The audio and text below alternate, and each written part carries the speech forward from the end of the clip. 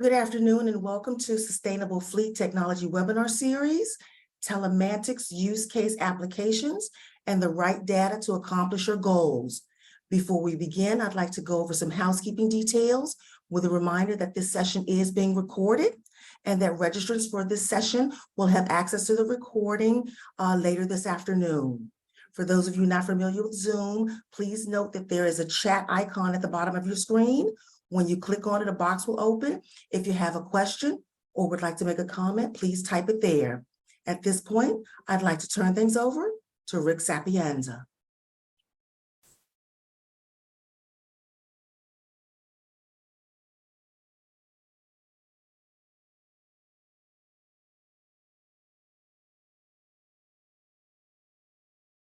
All right, there we go. Let's go to the beginning. Sorry, gang, I'm a little disorganized here getting started. Okay, as Annette said, this is the Sustainable Fleet Technology Webinar Series. We are on session 6, and to repeat, telematics use case applications and right data to accomplish your goals. Like to thank our sponsors for this year. As you've heard over and over again, we are an underfunded organization, and we do need to raise some funds to close the gaps. And we do some fee-for-service work, as well as the sponsorship stuff for the webinar series, as well as our conference, the Sustainable Fleet Technology Conference. A great group of companies that can help you out there, a little variety of technologies. Reach out to them, or come through me, and I'll get you connected with the right folks.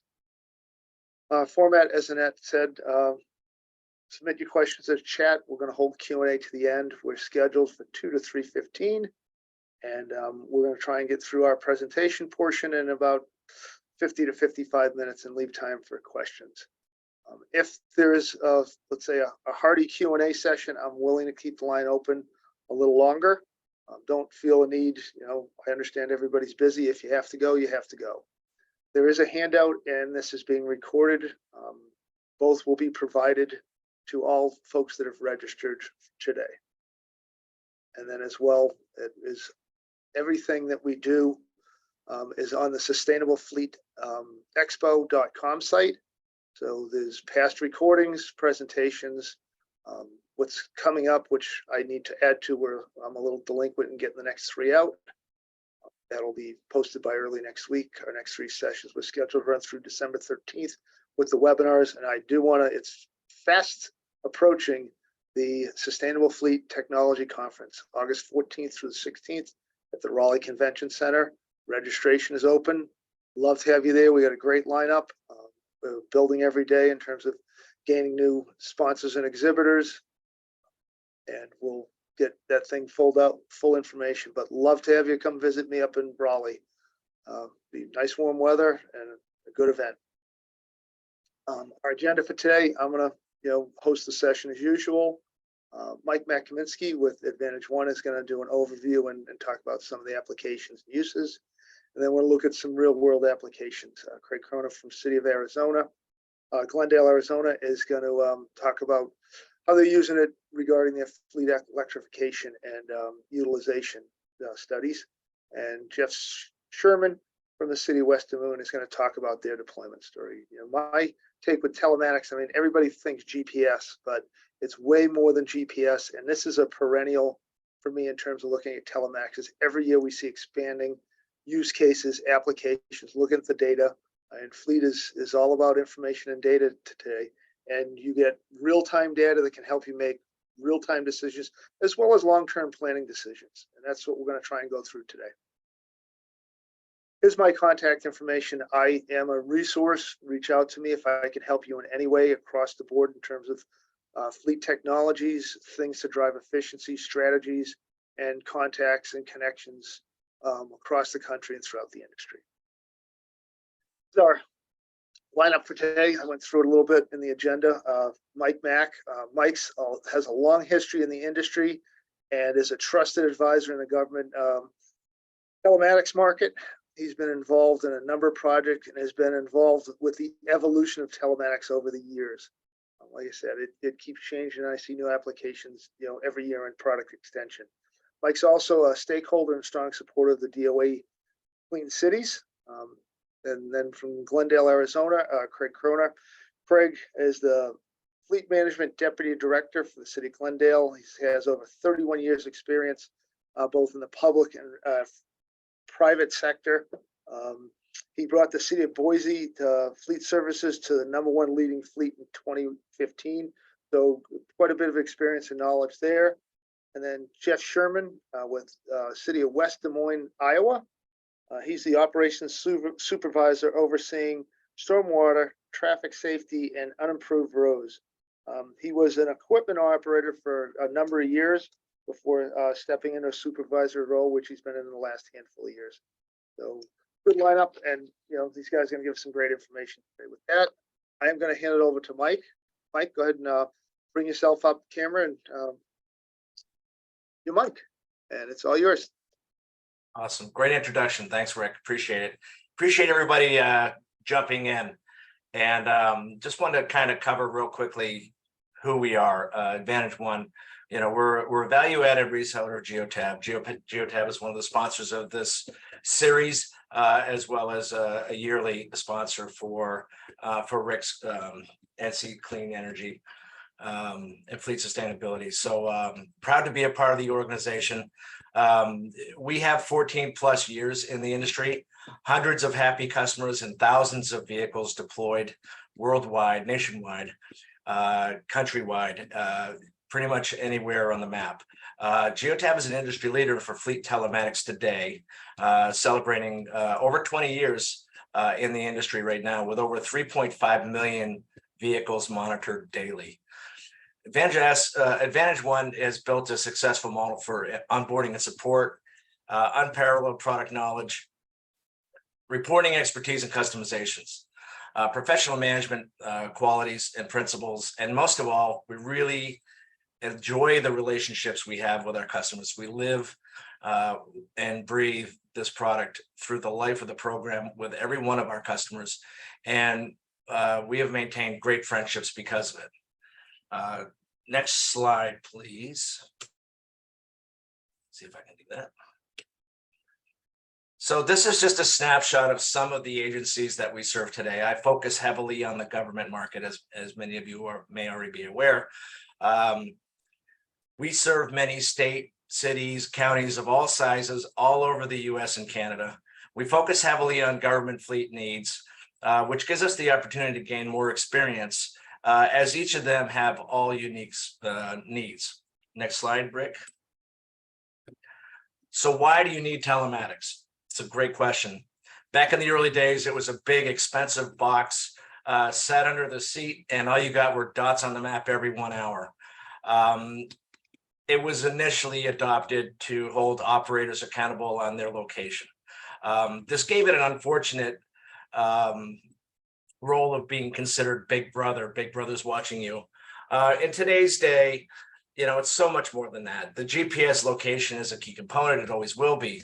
But being able to see your vehicle's activities and help promote productivity, now we're able to connect to the engine's computer and help the fleet manager keep the vehicles healthy by monitoring engine codes, where you can productively address electrical system issues and harmful engine failures. This keeps your fleet optimized. Driver safety should always be the forefront of any GPS program, and you should be able to monitor aggressive driving as well as seatbelt usage. And you can't enforce any policy if you don't have data. So we're offering you this data to continue and update daily what's going on with your operation.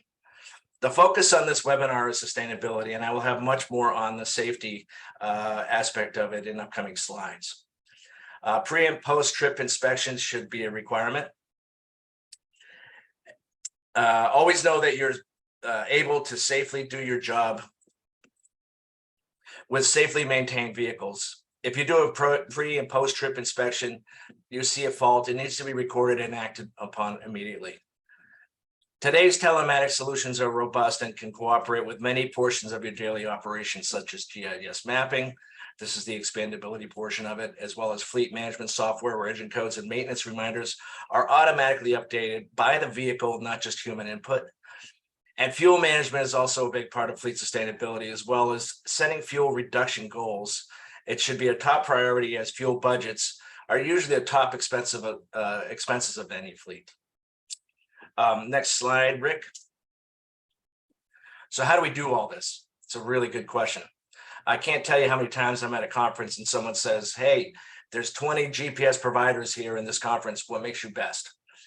A lot of times my answer is, I don't know. It's not that I don't know the product or the pricing.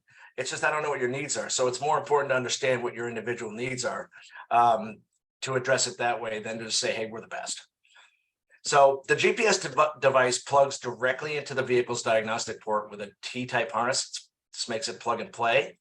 And it tucks up way underneath the dashboard so that there's no or restrictions of tampering.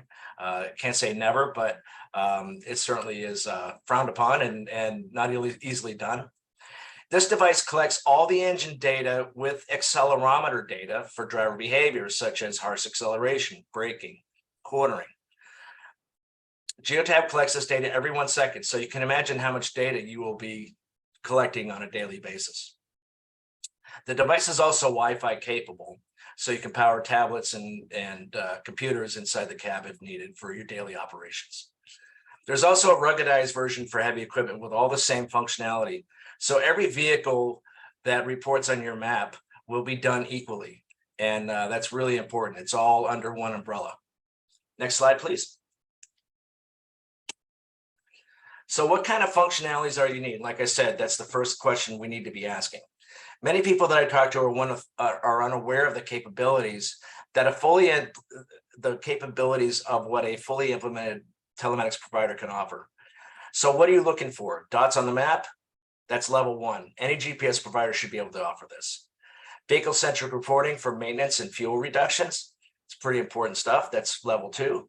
Are you looking for driver-centric reporting such as ELD or even an integrated dash cam video? We're capable of doing that as well.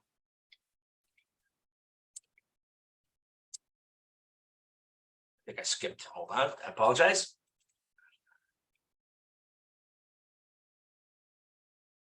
Level 4. What are you looking for? Sorry about this. So driver safety should always be the forefront of any GPS program.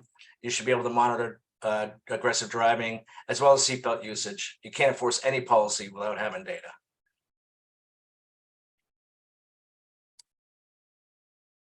All right, sustainability.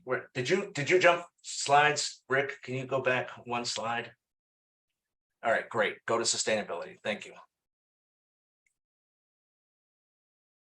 Sustainability is usually a key objective. It is also the quickest and easiest way to save money and lessen stress on your yearly budget. Many people believe that electrification is the only answer. I'll speak more about this on other slides, but what can you do today to start savings? Well, the low-hanging fruit is typically fuel usage reduction via route optimization. That means less miles driven on the highway, and idle reduction.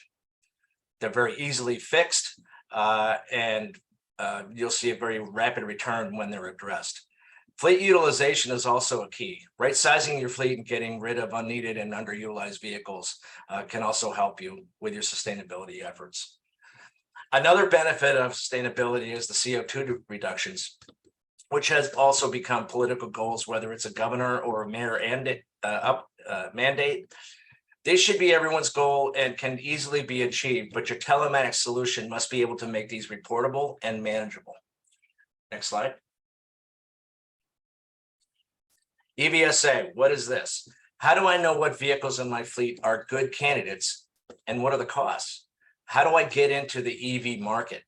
If, even if I have a mandate, whether it's a mayor or governor, and many of our customers, client customers or current customers do have these mandates. Well, Geotab has a report that can be easily accessed, and it does the assessment for you based on your vehicle's driving habits right away. So as we plug the devices in, Geotab is already collecting data and making helping you make decisions on what candidates are good for EVSA. The EVSA will look at the daily driving habits and actually recommend which vehicles are good candidates with purchasing recommendations and costs with overall savings as well. Next slide, Rick. So where do I start? While Geotab has the largest library of EV data on the market, many of our current clients are using this to make EV decisions. Again, many states and large cities are mandating the EV adoption. We can help with this. We can even help with the utility providers with power grid management for infrastructure, so EV charging can be maintained at the lowest prices and lowest cost available. Next slide, Rick. So I have EVs, but nobody wants to drive them. Now what? Well, Geotab offers a EV charge assurance. A driver can log into the system and see, see the range that he or she needs to have for the day and lessen that anxiety. We can also help notify drivers when they are parked near charging stations to ensure the vehicle is staying charged to extend that daily range. Next slide. Helping you electrify.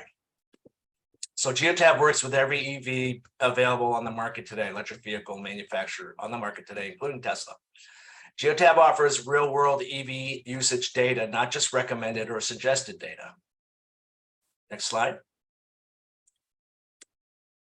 Optimization, again, keeping your fleet healthy will help you meet your sustainability goals and reduce fuel spending while cleaning up the air of harmful CO2 emissions. Next slide. Driver safety is important for any fleet. Anyone operating a vehicle today needs to be operating it safely. Driver behavior is a large part of sustainability. It's hard to reduce fuel spending and keep a fleet healthy if they drive it like they stole it. Geotab offers a driver safety scorecard for reporting and alerting on driver behavior, such as harsh braking, acceleration, cornering, speeding. Set limits to what is allowable for over the speed limit driving. Beware, do not set it to 0. I think everyone is aware that we all speed from time to time. There has to be some reasonability built into that. But that's also something you can set up in the system, and we would help you manage that. Excessive speeding is also another threshold. If you're doing 85 down the highway and the speed limit's 70, you probably want to know about that. So you could set a threshold in that as well. And again, this is part of this driver safety scorecard that we have built in. These are all factors these are all factors for unnecessary wear and tear and wasteful fuel usage. And seatbelt usage, most clients have seatbelt usage policy that must be enforced. And again, you can't enforce a seatbelt policy without some kind of adoption. Next slide, please. Compliance. I covered this earlier, but DVR inspection, which is pre and post trip inspection, should be done daily. And having these records maintained are key to staying compliant and addressing unsafe pre-trip rejections. It ensures your drivers that they are operating vehicles where safety is paramount. Next slide. Expandability. So I covered this earlier, but most fleets use software to help manage all aspects of daily fleet operations, such as fleet management information systems, FMIS, fuel management, fuel cards management, GIS mapping. We can help with all these integrations to make your job easier. And again, these are all focused on helping you maintain sustainability for your fleet.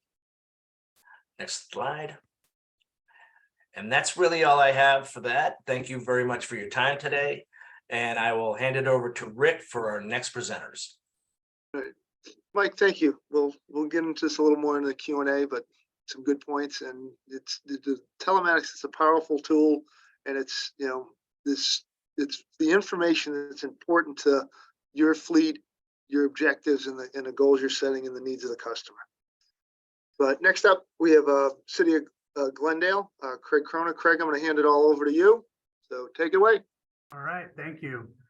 In addition to what Mike said, I actually work with, I don't work with them, but they're a partner of ours, is Mikey Mack with Advantage, and they've been a great partner for us. And a lot of the questions that I get as a seasoned fleet manager is, so we have GPS now, what do we do with it?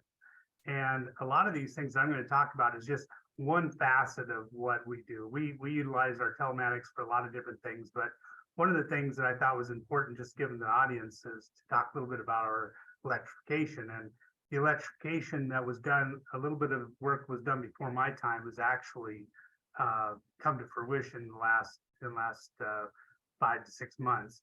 And I've been here almost 2 years. So if you can give me the next slide. So I'm going to talk about these discussions.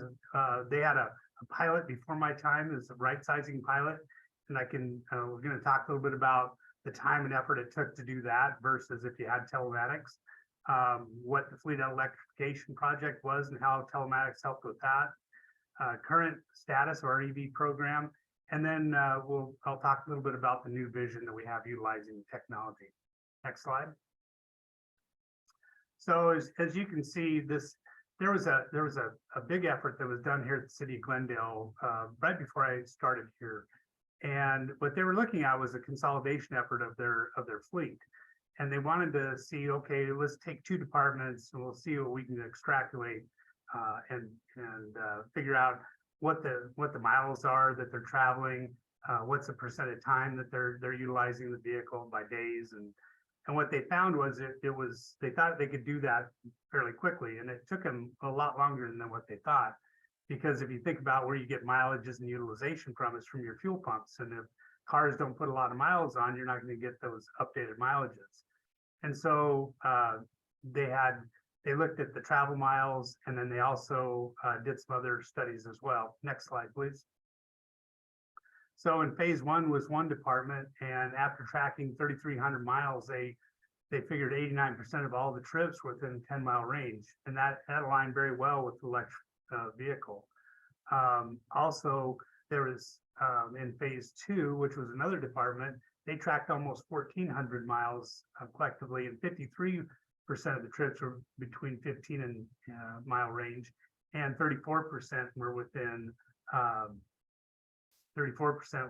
30 miles. So those were really good numbers, but it just took them a long time to get there.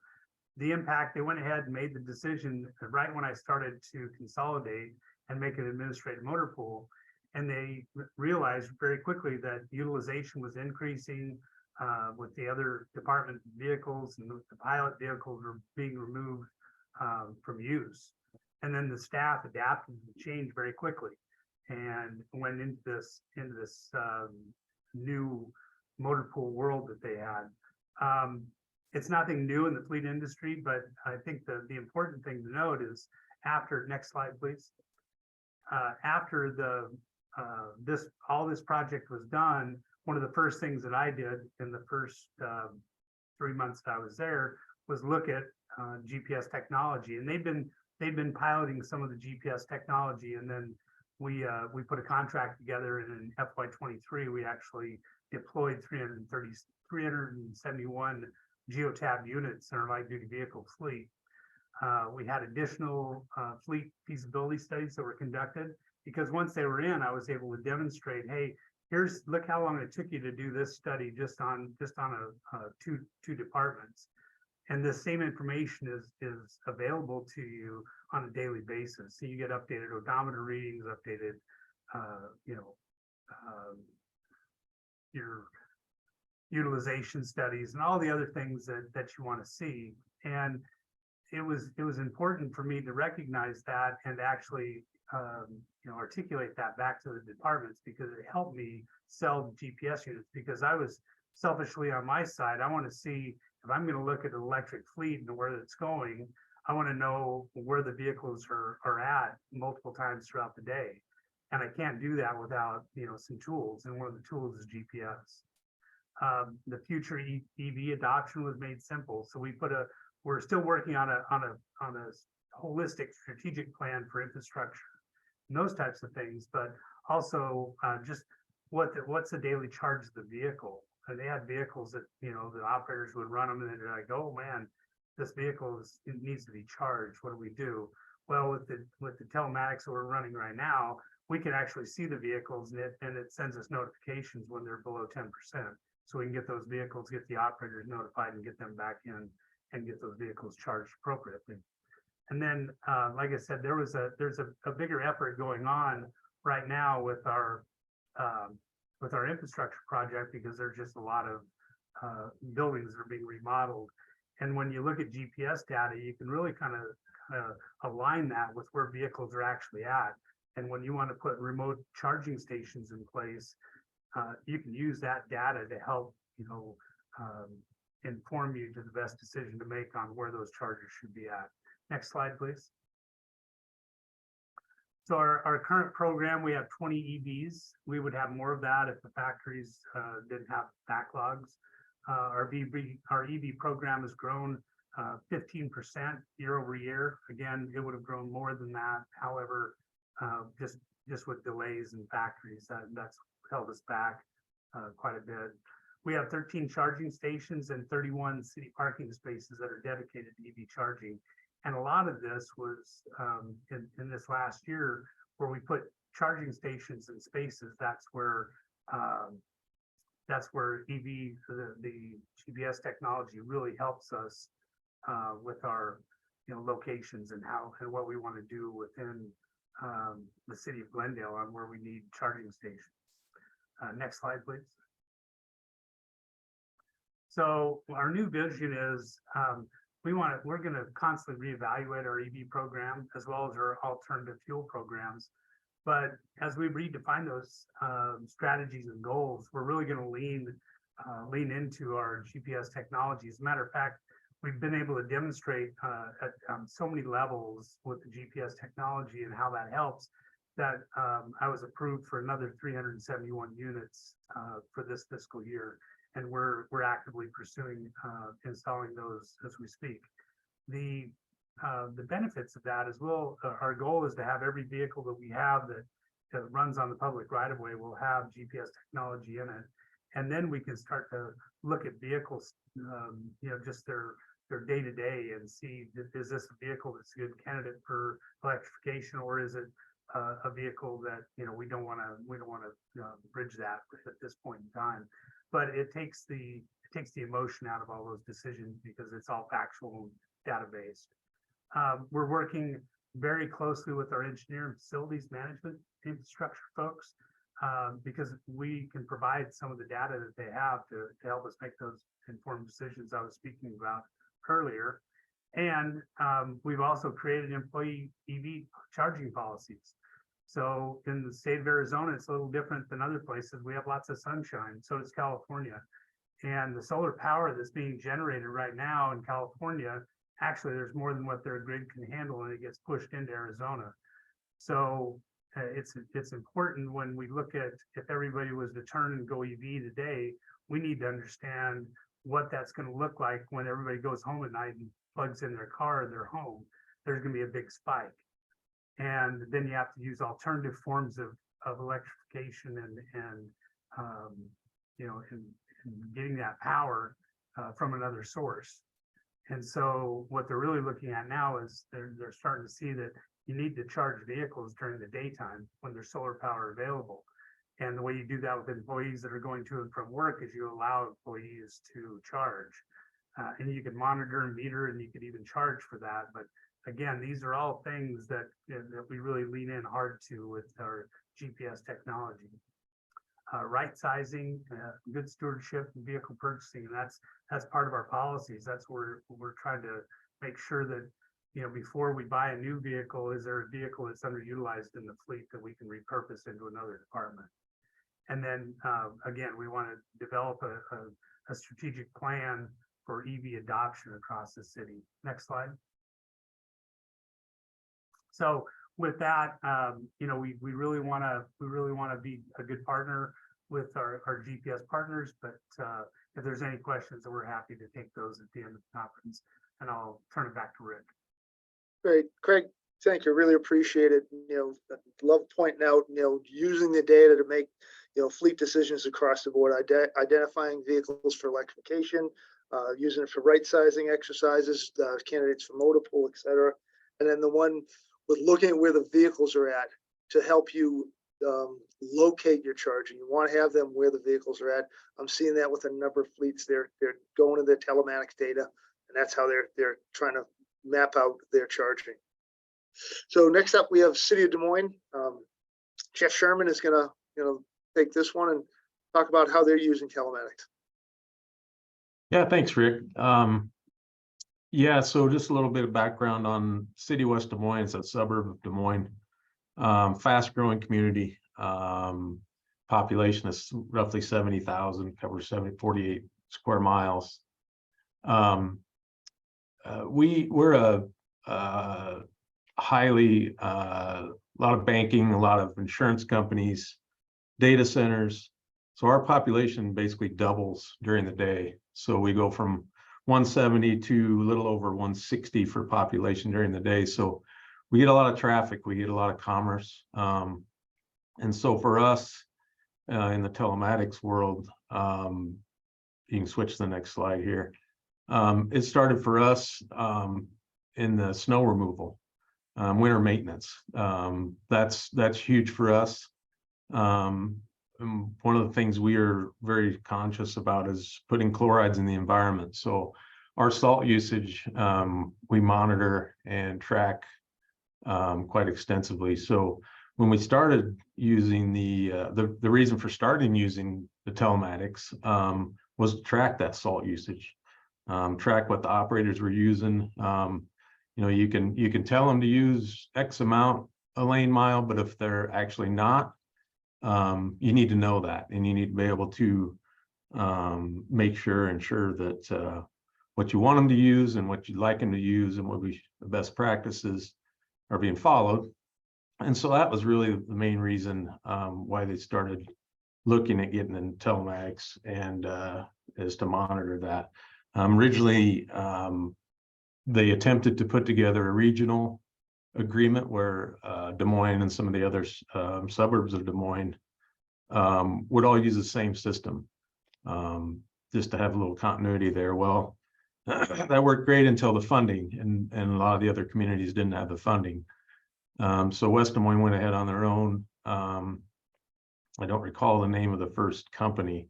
There wasn't a lot of choices. That was back in 2005. There wasn't a lot of choices, just a handful. And then vehicle location was important too, not quite as important as the monitoring salt usage and tracking salt usage, but that was another important factor, but not a huge factor. I think maybe Mike alluded to sometimes, you know, I was an operator back then, and you get this, you're kind of skeptical about, you know, what are they trying to track me? They're just trying to track me. Well, that wasn't the original intention, nor is it now. And I'll talk a little bit later about how that can actually help operators in the field as well. So over the years, we kind of struggled with hardware issues. A lot of companies changing ownership. About, geez, I think it's been 3 years ago. We were working directly with Geotab, and we got in to working with Mike's company. It's been a great partnership, a lot more hands-on, a lot of helpful information out of those folks. But over the years, we did struggle with some hardware. So it, and then the interface also wasn't exactly user-friendly. So trying to run reports of salt usage in that was a little bit cumbersome. And then we never really had a champion.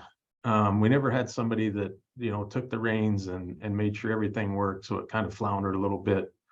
We had some folks that worked, again, directly with Geotab, but it wasn't a main goal of theirs to keep this up and running. So it floundered a little bit. It was data. It wasn't that great of data. But it kind of worked and it kind of didn't.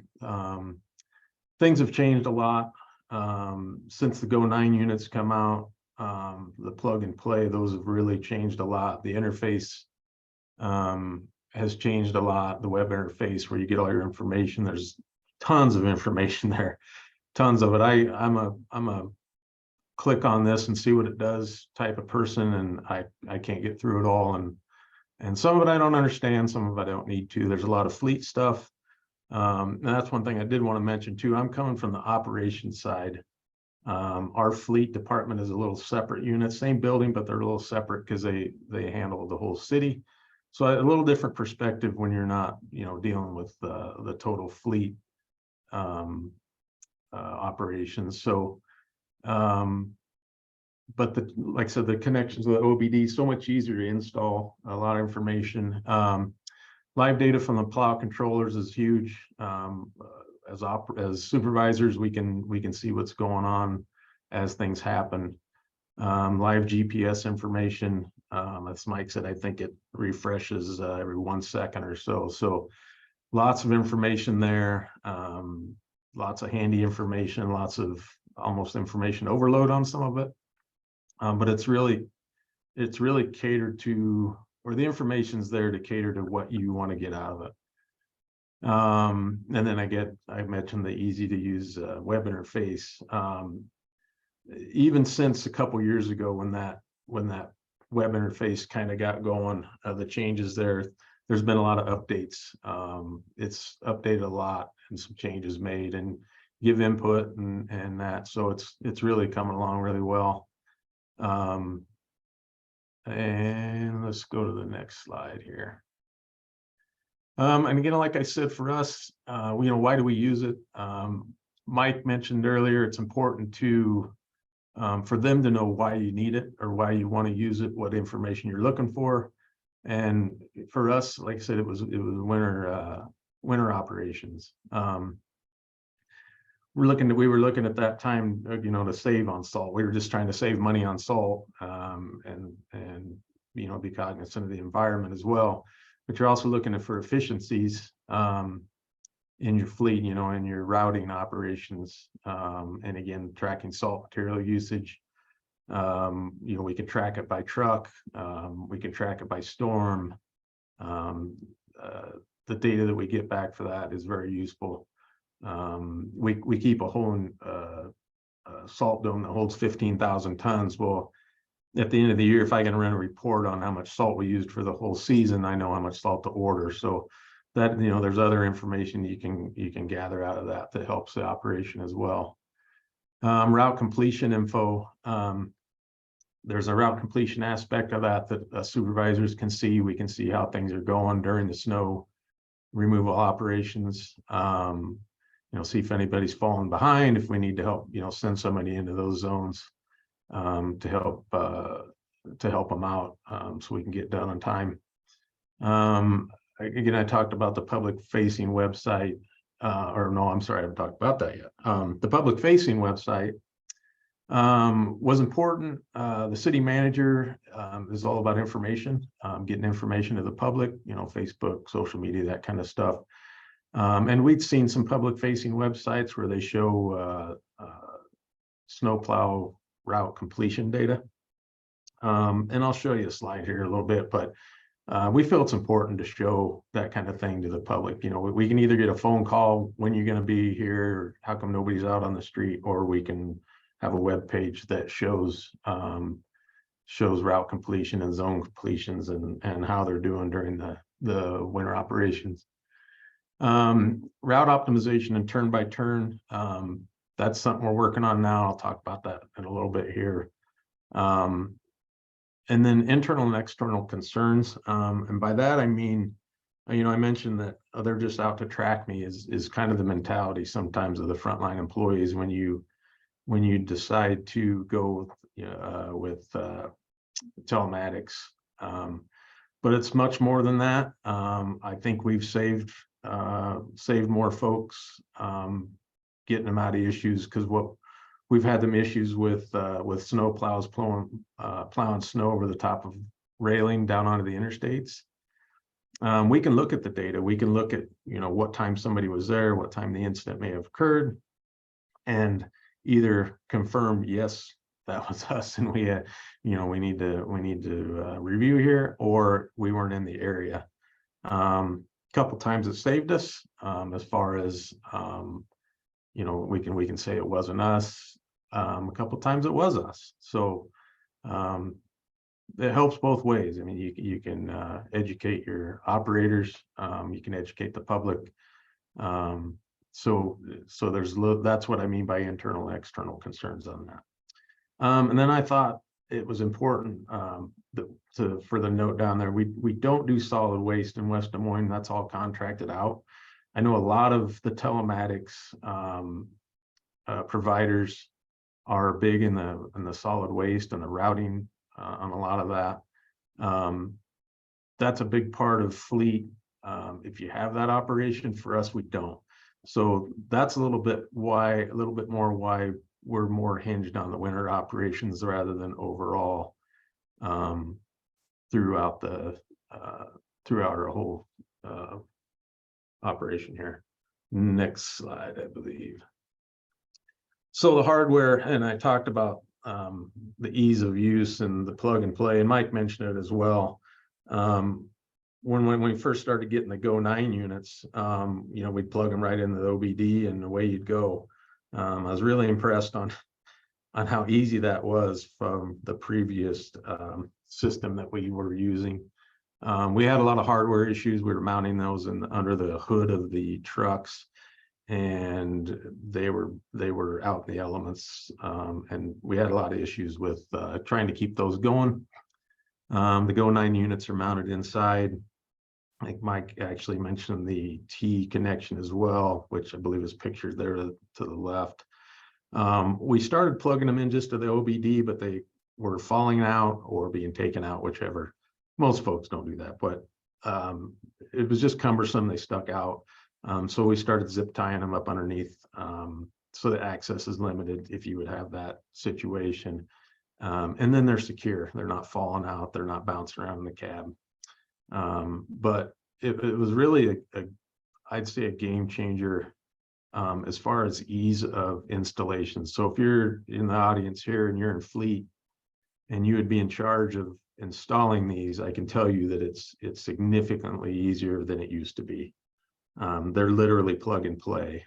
The only issues I can remember that we would have had was simply unplug them and plug them back in, and they fired off and work. So we have had one, maybe two units go bad over the 3 years, but that's I would say pretty insignificant. But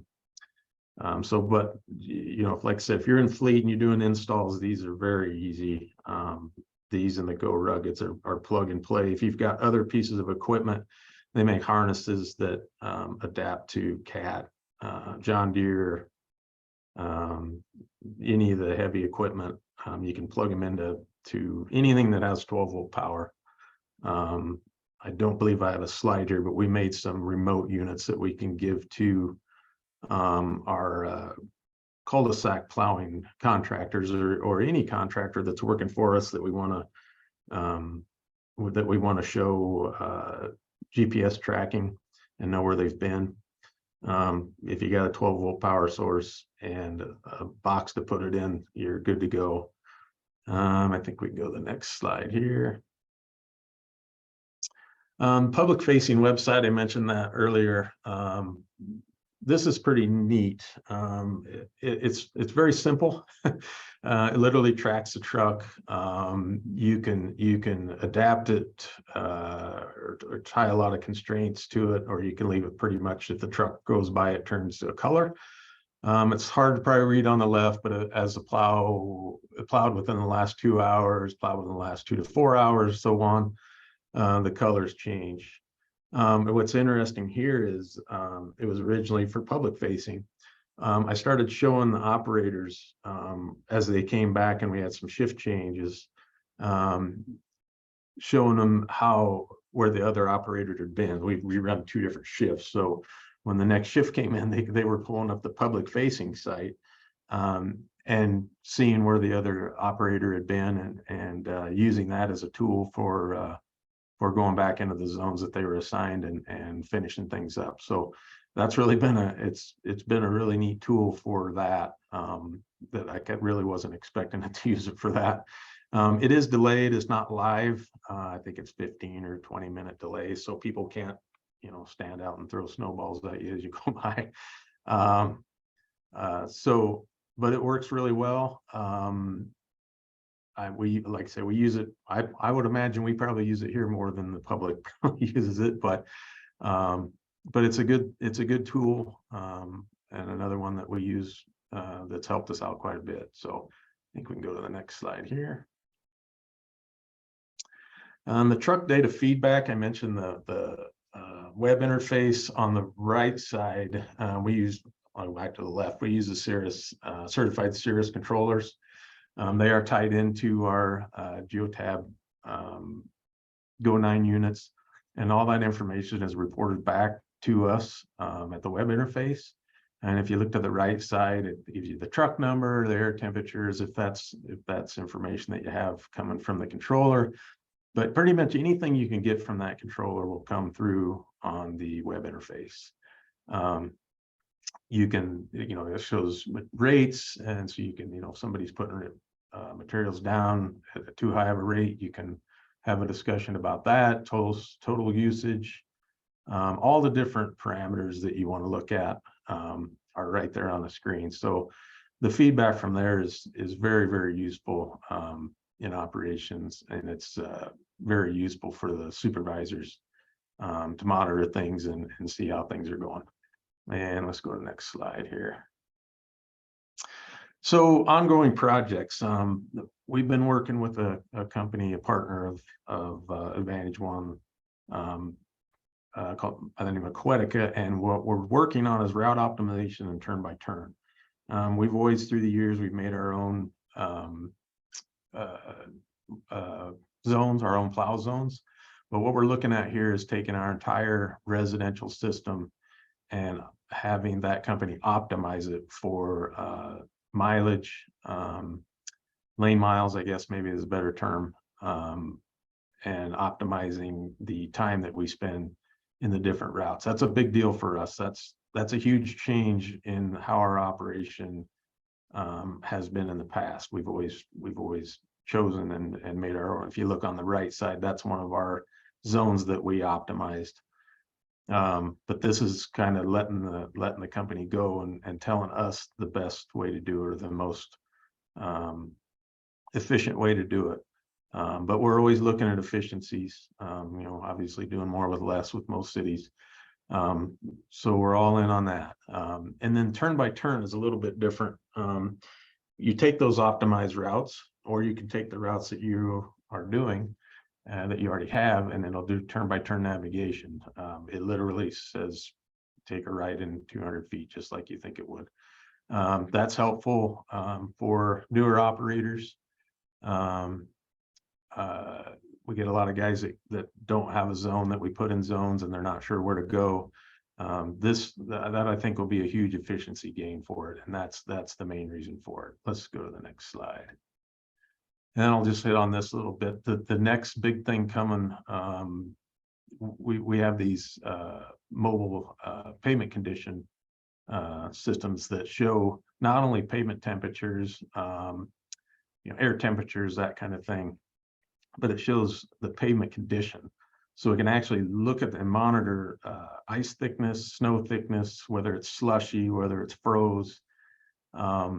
And if you look at the bottom right corner, there's a map there, and the different colors indicate different pavement conditions.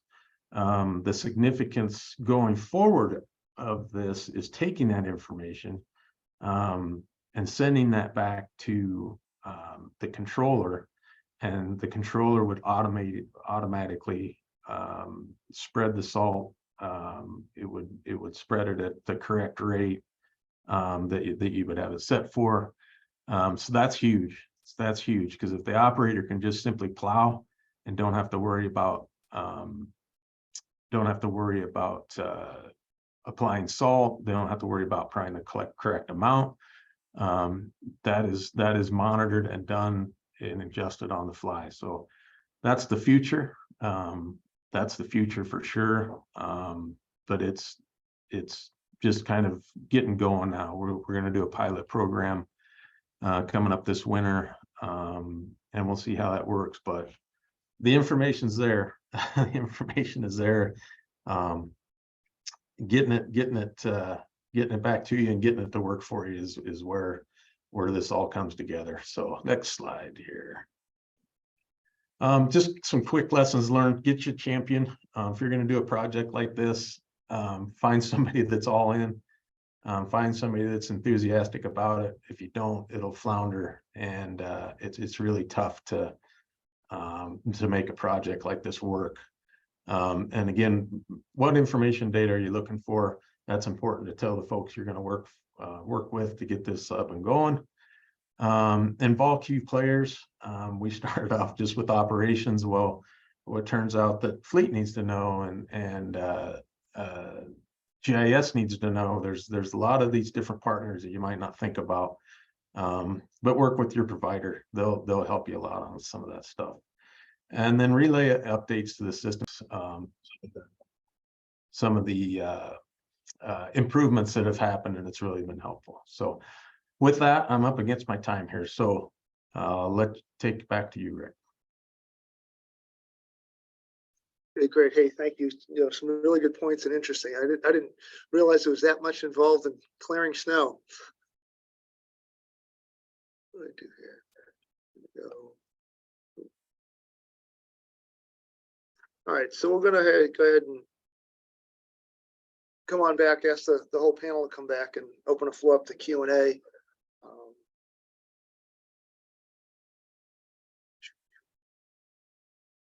I guess, you know, both Mike and Jeff talked about, you know, the potential big brother. I mean, what have been some of the discussions in terms of, you know, getting buy-in with the drivers and getting comfortable with it?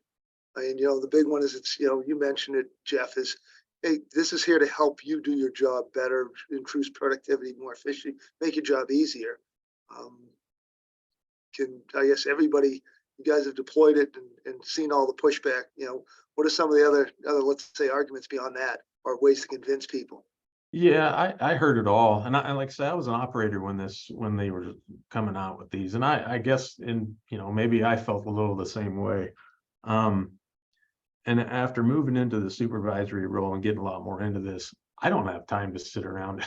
I can't sit and watch that somebody might be at the gas station a little bit too long. I suppose if you wanted to use it for that, maybe it's there's a bigger problem in your operation. But I've talked to most folks since then and pointed out there's just not, there's no way I'm going to sit and watch this thing constantly all day and see if you're come and go 5 minutes too long or something. So I'm sure there's probably operations that they could utilize that part of it. We're not, we don't have that big of a problem. And I guess I feel if you do, you might have a bigger problem than just trying to solve it with a AVL system. So. The other, I'd chime in on that. We get it. I've had a lot of pushback over the years. And one of the biggest things that I've been able to demonstrate is it can actually help you as an employee. Right. I used to manage code compliance, and we had GPS in our vehicles, and you get a citizen complaint that said the code compliance officer hasn't been out in a week to look at this. And we could go back and say, well, not only has he been out this week, he was out last week as well. And here's the documentation that we have within our GPS. So that's one. The second one is I had another compliance officer that was having, he didn't realize it, but he was having a heart attack. And he was on the phone with his wife and said he was going into a hospital because he didn't feel good. And he walked into the hospital door and fell over and had a heart attack. His wife didn't know which hospital he was at. She called his supervisor, and his supervisor could quickly look where that vehicle was located and let her know that he was at the VA hospital, and she could go see him. So there's a lot of things that can really help employees and help, even their spouses in that case, understand where they're at. So there's some really good things. And so when I hear that pushback, I usually will educate them a little bit on some of the things that they may not have thought about. Yeah, no, those are two good points. I've seen that before. A couple. I mean, you brought up about the compliance. We saw it with what you talked about waste, Jeff, and we have had some waste folks, and people call, hey, you didn't pick up our trash today, and they show the route like, no, we were there at such and such. You didn't put your barrel out. Right. The other one, with public safety, if you're in a situation where you need backup and maybe you lose radio, or it's an emergency situation, they know where you're at so they can send help. That's been another, benefit that has been explained. Yeah, we run across, as a provider, we run across driver objection every opportunity it could pop up possibly, yeah, this is a great idea, but now, we got drivers unions, we're worried about that. And, to Craig and Jeff's point, fleet managers don't have time to babysit and look at locations. It's just not part of the daily operations. And, and things like driver safety scorecard, that is pretty, that's drilling right into how your drivers are driving, right?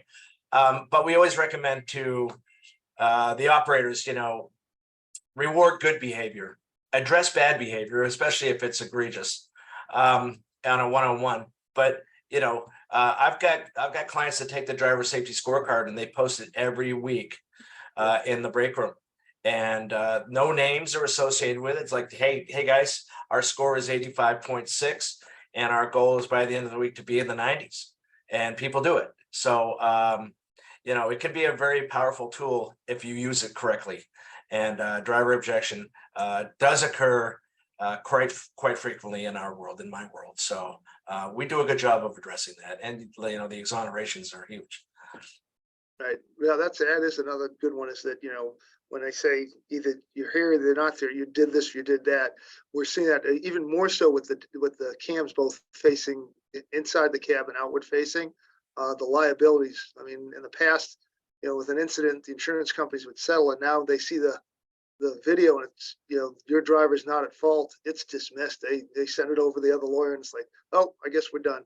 So Yeah, and Geotab has a marketplace where you can integrate with about 15 different camera providers, whether they're forward-facing and driver-facing, or just forward-facing. Right. And we work really hard with all of our clients to help them, find the right fit.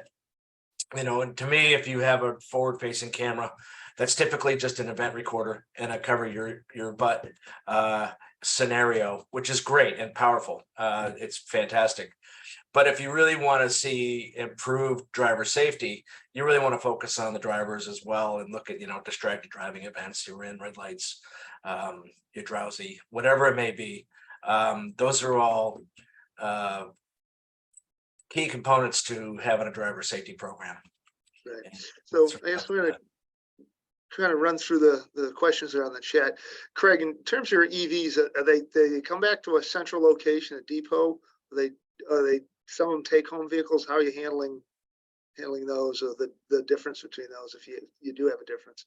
Yeah, we have several satellite locations, so they're deployed at various locations. We have one central point at our fleet maintenance facility that has the majority of them, but we do have, like, police has a few, and so there's a few other locations around the city that they're deployed at.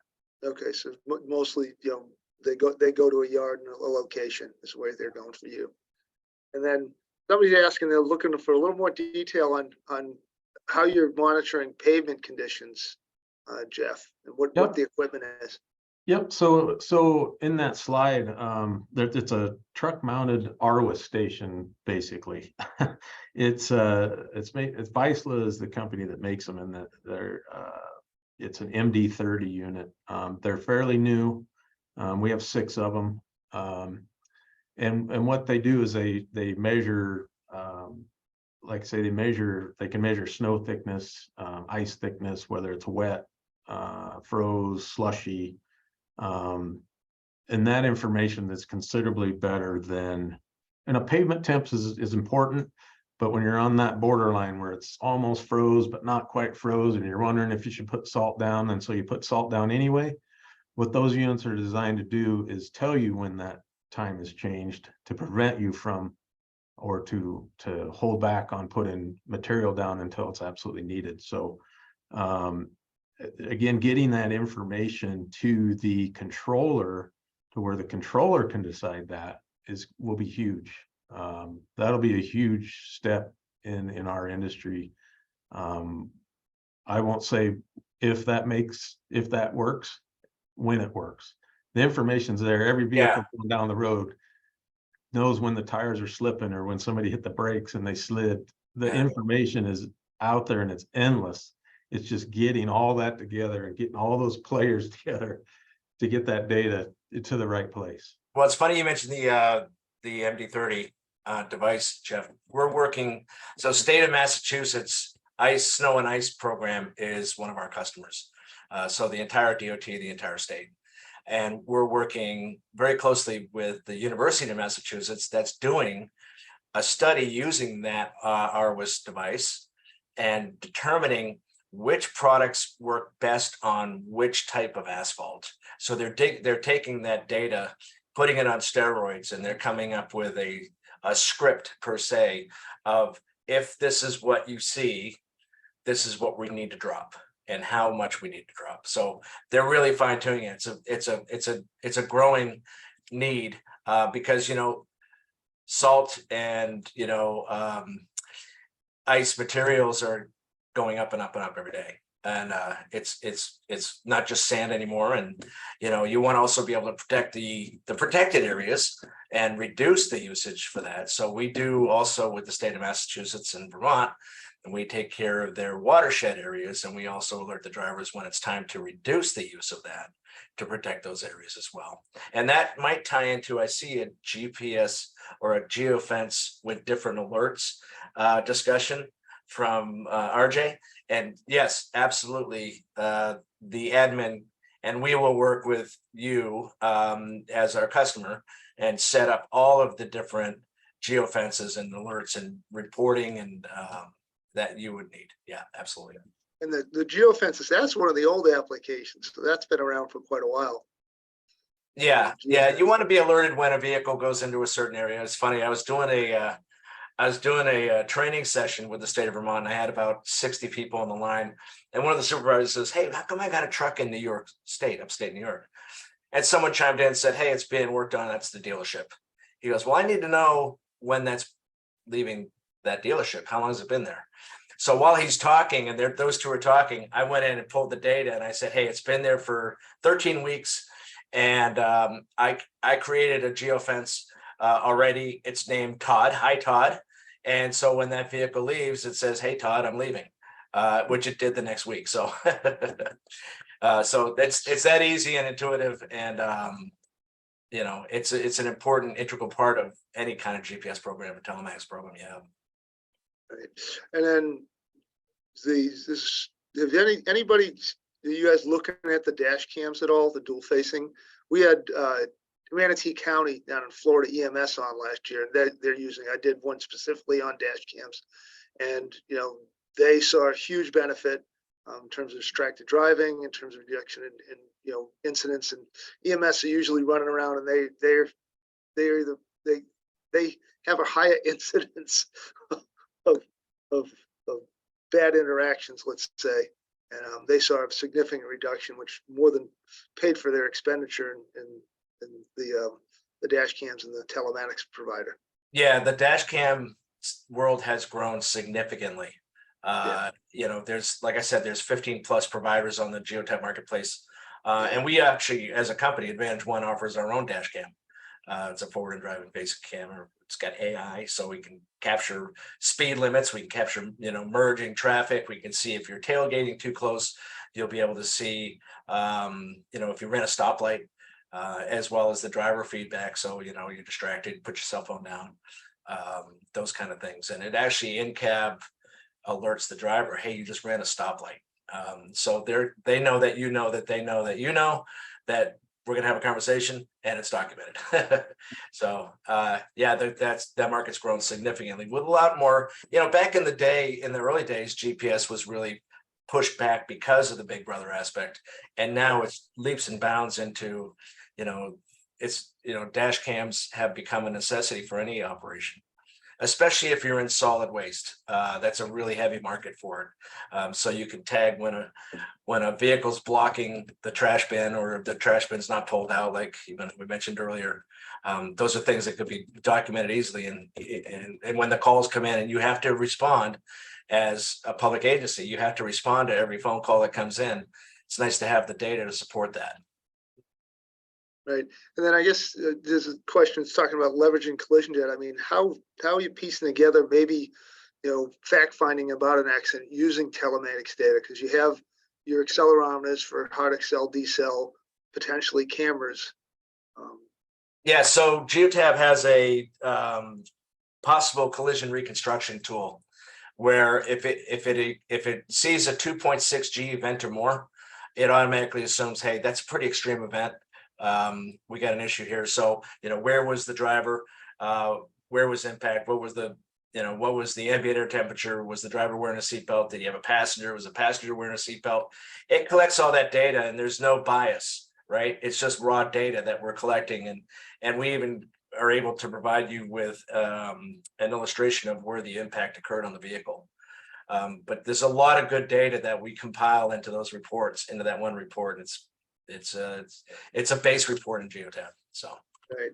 And I'd add a little bit onto that. We've had a driver that he claimed that, he didn't back into somebody and there was eyewitnesses there and actually ended up not going in his favor, but we could actually take the data and say, no, you were in reverse and you were actually moving and traveling at this speed at the point of impact and the other vehicle was actually parked. So, they can't, you can't be dishonest when you have GPS involved. right, it's a non-biased report. Yeah, you mentioned seatbelts. I mean, that's you can do that through the OBD2. I know that was one of the early ones of with their driver scorecards, seatbelt usage, speeding, idling, etc. Yeah, yeah. The newer vehicles, as a whole, pretty much report on seatbelt usage. Some of the older vehicles, the 2010s and that era, it's hit or miss. But now it's pretty widely reportable through the ECM. So we do capture that data and report on it. And it's one of 6 highlights of the driver safety scorecard. Are you wearing your seatbelt? Yes, I'm gonna have to ask Mike to reinforce this. I mean, there's a lot of benefits out there, and over time the cost has come down significantly. Isn't it equipment's almost free and it's really a monthly for the data? Yeah. So I mean, back in the day when I brought up my first slide, it was $1,000 for this box that would report every hour where your location was. There were just dots on the maps. Well, now you have this most powerful tool. It's the size of a pager, plugged into the ECM that updates every 1 second. It has a military grade chipset, so it's accurate within 3 feet. And the cost of the hardware, if you're on a national contract as a government agency, it's included. So there's no capex whatsoever for the hardware, for the device, for the T harness. Installations included, the Pro Plus plan. It's all included. It's just $20 a month. So it's right. And that's I'm trying to convince folks that it's nearly free to start. They're worried about an additional bill, and I'm like, what you're going to see in improved driver behavior, reduction in incidents, speeding, collisions, whatever, and then fuel savings. I mean, it in a lot of cases it's more than paying for itself. And then we saw today some of the applications how you readily get data and make informed decisions that are saving you money, reducing your fleet size. Carrying extra vehicles is an expense in its own, et cetera, et cetera. It piles up. Yeah. So I don't work for you guys, and my job is to bring folks information and help them be comfortable with the technology. And that's, this is one of those, okay, I think this is a no-brainer. It more than pays for itself in many, many cases. And there's a lot of benefits, and you got to look at, what's important to you. Yeah, I have a very large agency in California that we were monitoring their street sweepers, and they had one that started overheating and the driver was unaware. So they were able to quickly call up the driver and say, hey, shut that down. They brought it back and had a blown head gasket. Well, he said right there on the spot, that saved me a $30,000 engine. Yep. That's the story I tell over and over and over. Way back when Telematics was first coming in, there was a oil cooler line problem. The Class 8s that were towing UPS was using for their tandem trailers. And when you blow a transmission on that, it's out for a long time. It's an expensive job. And a vehicle out of service, you're talking what it cost UPS was, they estimated, about $2 million a day to have one of those down. And they put a thermocouple and were monitoring transmission temperature. And when it exceeded a certain number, the driver got a call, pull the truck over now. They sent out a road crew. They fixed the problem, and he was back on the road in a couple hours versus blowing his transmission. So again, back to something that's important. There's another question regarding seatbelt and shift interlock. Is there a way that you can prevent shift interlock from disengaging, meaning put the car in gear unless your seatbelt's fastened? We have it for the brake pedal. That's been standard for years in the field. Yeah. We don't do any writing to the ECM. We don't send any commands. It's a listen only device. And that's by design. We don't want to get into the world of writing commands to any ECM and compromising any data that vehicle is going to be sending us. So we just listen in. We can report on it, but we can't do any action on it. Right. All right. I think we kind of covered what was out there. Yeah. There was a cold, regarding the EVs losing range and heat and heard a cold. The answer is yes.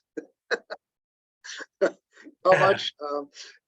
It can, I've heard up to 50%, but 30 is a good rule of thumb. They don't charge as well in hot or cold is another thing as well. So I'll answer that question. It's not on our topic today, but it came in seeing what everybody's talking about EVs everywhere.